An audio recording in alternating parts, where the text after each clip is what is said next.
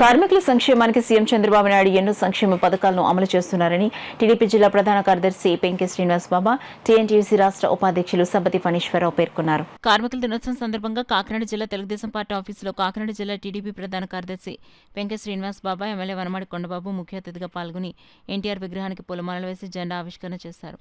May Day సందర్భంగా పెంకే శ్రీనివాస్ బాబా మాట్లాడుతూ కార్మికులకు ఏ విధమైన ప్రమాదములు జరగకుండా జాగ్రత్తలు తీసుకోవాలని, వారి ఆరోగ్యం పట్ల యాజమాన్యం శ్రద్ధ తీసుకోవాలని కోరారు. కార్మికుల హక్కుల కోసం ప్రాణత్యాగాలు చేసిన నాయకులను మేడే సందర్భంగా మనం గుర్తు చేసుకోవాలని తెలిపారు.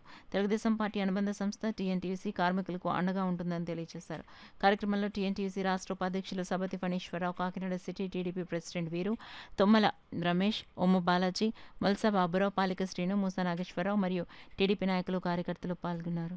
ఖచ్చితమైన మార్గాలను నిర్దేశించి అమలు చేయాలని కూడా డిమాండ్ చేస్తూ ఈ తెలుగుదేశం ప్రభుత్వం వచ్చిన కాడి నుంచి చంద్రబాబు నాయుడు గారు ప్రతి ఇండస్ట్రీల మీద ఒక వెరిఫికేషన్ చేసి సేఫ్టీ ప్రికాషన్స్ మీద ఎక్కువ దృష్టి పెడతాం జరిగింది.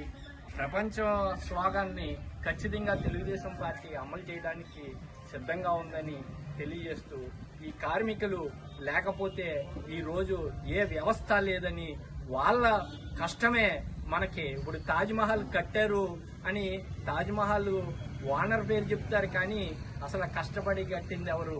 కూలీలు. అంటే కార్మికులు లేనిదే ఏ అద్భుతమూ లేదు.